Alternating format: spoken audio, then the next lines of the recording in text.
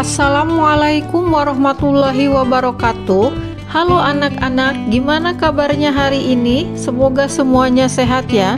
Hari ini kita akan belajar rangkuman IPA kelas 7 bab 6, Ekologi dan Keanekaragaman Hayati Indonesia. Subtema, bagaimanakah pengaruh lingkungan terhadap suatu organisme? Bagaimanakah interaksi antara komponen penyusun suatu ekosistem?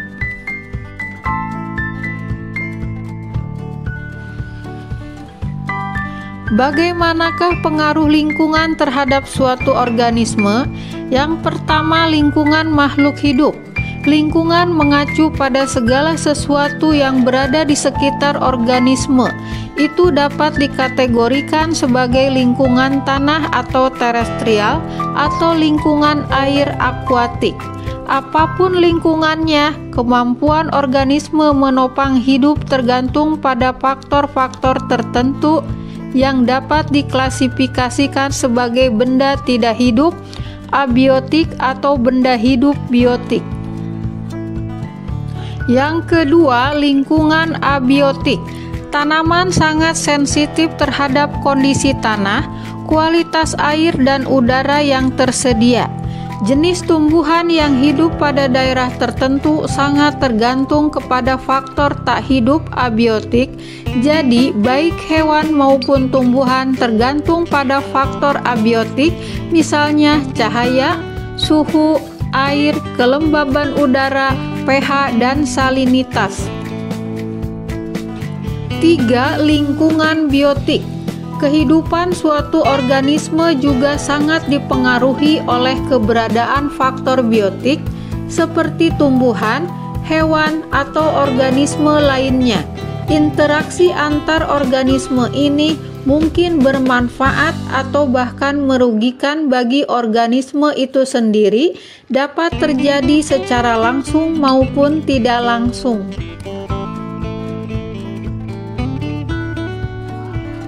Interaksi antar makhluk hidup ini dapat berupa kompetisi, predasi, atau hubungan interaksi lainnya. Apakah manusia terlibat? Ya, intervensi manusia adalah faktor yang paling berpengaruh terhadap lingkungan hidup. Pembukaan lahan, perkebunan, pembuatan kota, jalan raya, semuanya secara dramatis memengaruhi lingkungan hidup. Akibat dari perbuatan manusia ini, banyak dihasilkan polusi yang merusak lingkungan seperti pada gambar berikut. Subbab selanjutnya bagian B, bagaimanakah interaksi antara komponen penyusun suatu ekosistem?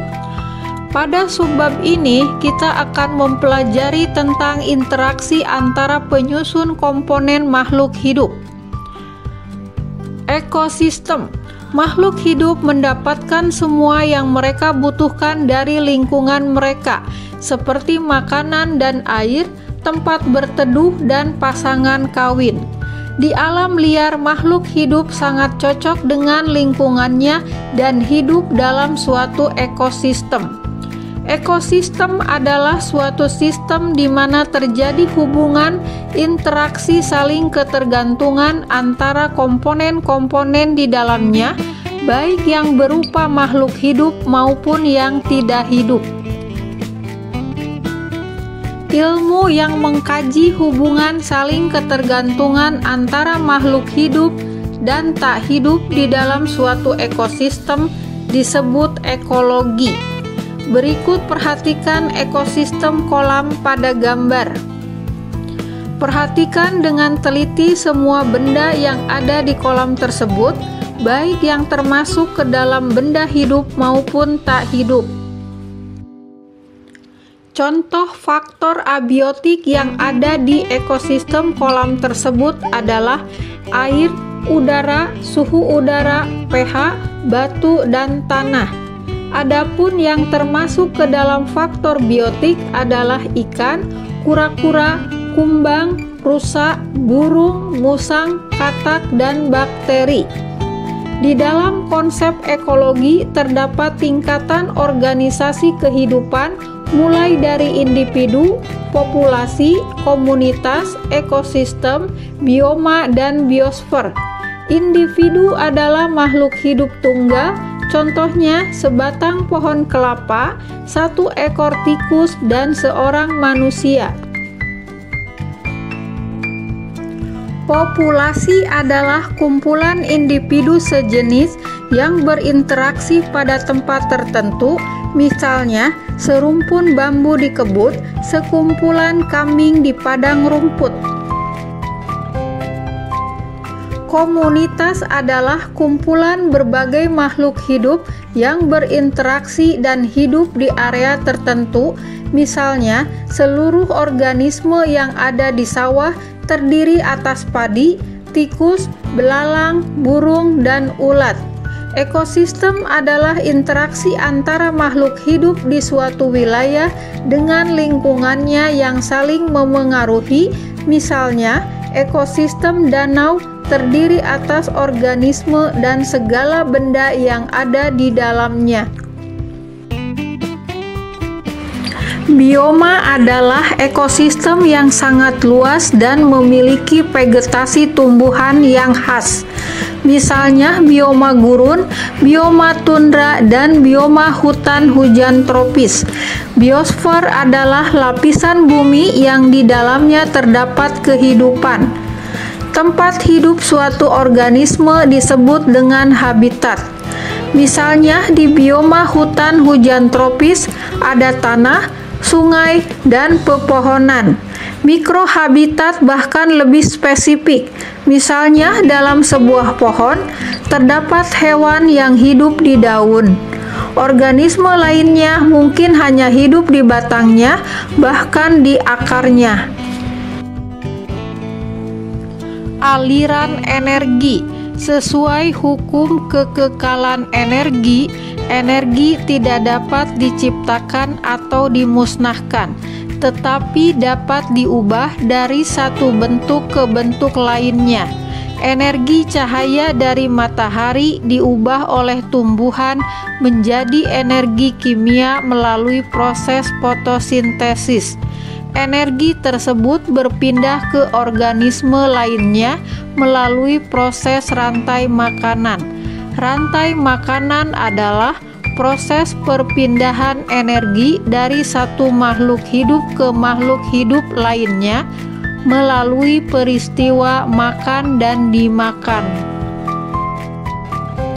Berdasarkan gambar di atas, tumbuhan berperan sebagai produsen karena mampu membuat makanan sendiri melalui fotosintesis. Adapun belalang, katak, ular, dan elang disebut konsumen karena mendapatkan makanan dari organisme lainnya. Belalang berperan sebagai konsumen 1, katak sebagai konsumen 2, ular sebagai konsumen 3, dan elang sebagai konsumen 4 atau konsumen puncak. Jika semua makhluk hidup tersebut mati, maka akan diuraikan menjadi senyawa anorganik melalui proses penguraian oleh organisme dekomposer. Contoh dekomposer adalah bakteri dan jamur. Fakta di lapangan, rantai makanan tidak berdiri sendiri. Beberapa rantai makanan di dalam suatu ekosistem saling berhubungan membentuk jaring-jaring makanan, seperti pada gambar. Semakin kompleks jaring-jaring makanan yang terbentuk, semakin tinggi tingkat kestabilan suatu ekosistem. Selanjutnya, daur biogeokimia. Pada bagian ini akan dibahas beberapa daur yang terjadi di alam, diantaranya siklus air, siklus karbon, dan siklus nitrogen. Air merupakan zat yang sangat dibutuhkan oleh semua makhluk hidup. Air memiliki siklus seperti pada gambar berikut. Air yang ada di permukaan bumi akan mengalami penguapan evaporasi saat terkena sinar matahari membentuk awan. Penguapan air juga terjadi pada daun tumbuhan yang disebut transpirasi. Selanjutnya, awan tersebut akan mengalami kondensasi dan turun ke bumi dalam bentuk hujan presipitasi. Siklus lainnya yang sering kita temukan di alam adalah siklus oksigen dan karbon, seperti pada gambar berikut. Tumbuhan menyerap karbon dioksida dan menghasilkan oksigen melalui proses fotosintesis. Oksigen yang dihasilkan tumbuhan digunakan manusia, hewan, dan organisme lainnya dalam proses respirasi. Respirasi menghasilkan gas karbon dioksida yang dilepas ke udara. Tumbuhan, hewan, dan organisme lainnya yang mati akan diuraikan oleh dekomposer menghasilkan gas karbon dioksida. Beberapa jasad yang mati akan menghasilkan fosil berupa bahan bakar. Bahan bakar yang mengandung karbon ini jika digunakan akan menghasilkan karbon dioksida. Pada dasarnya, siklus materi akan berputar dari makhluk hidup ke lingkungan dan kembali lagi ke makhluk hidup, seperti siklus nitrogen yang disajikan pada gambar berikut. Nitrogen bebas dari udara dapat masuk ke tanah melalui proses fiksasi oleh bakteri tertentu. Misalnya, bakteri yang hidup di akar tanaman kacang. Makhluk hidup yang sudah mati akan dirombak menjadi senyawa amoniak melalui proses amonifikasi. Amoniak kemudian diubah menjadi senyawa nitrit, kemudian nitrat melalui proses nitrifikasi. Nitrat yang terbentuk akan diserap tumbuhan untuk dijadikan bahan baku pembuatan protein. Sebagian nitrat akan diubah menjadi nitrogen bebas di udara oleh bakteri melalui proses denitrifikasi. Selanjutnya, interaksi antar komponen ekosistem. Jenis-jenis interaksi yang umum terjadi adalah kompetisi, predasi, herbivori, dan simbiosis. Kompetisi merupakan suatu interaksi yang merugikan kedua makhluk hidup yang terlibat. Interaksi ini terjadi ketika dua organisme bersaing untuk mendapatkan sumber daya yang sama dan terbatas. Misalnya, hidup di habitat dan sumber makanan yang sama. Contohnya adalah persaingan antar tumbuhan mendapatkan cahaya matahari, nutrisi, dan air.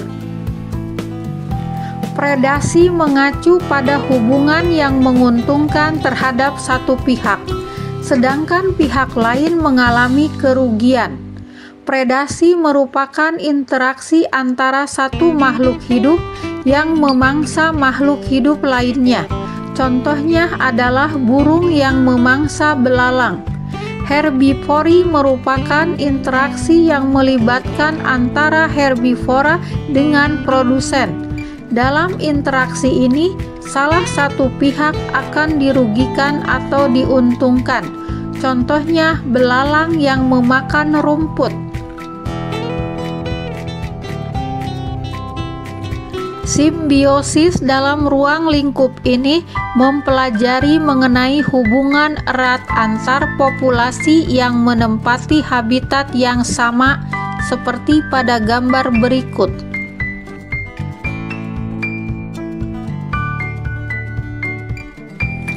Simbiosis dapat dibagi menjadi 3, yaitu parasitisme, mutualisme, dan komensalisme. Parasitisme adalah hubungan ketika salah satu organisme yang disebut parasit mendapatkan keuntungan, sedangkan organisme lain yang disebut inang dirugikan. Contoh simbiosis parasitisme adalah benalu yang hidup di pohon serta cacing perut pada tubuh manusia. Mutualisme adalah hubungan yang menguntungkan kedua pihak.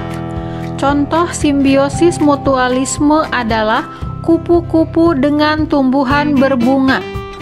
Komensalisme adalah hubungan yang menguntungkan salah satu pihak, tetapi pihak lainnya tidak mendapatkan keuntungan atau kerugian. Contoh simbiosis komensalisme adalah tanaman anggrek yang menempel pada batang pohon. Nah, anak-anak sudah selesai. Wassalamualaikum warahmatullahi wabarakatuh.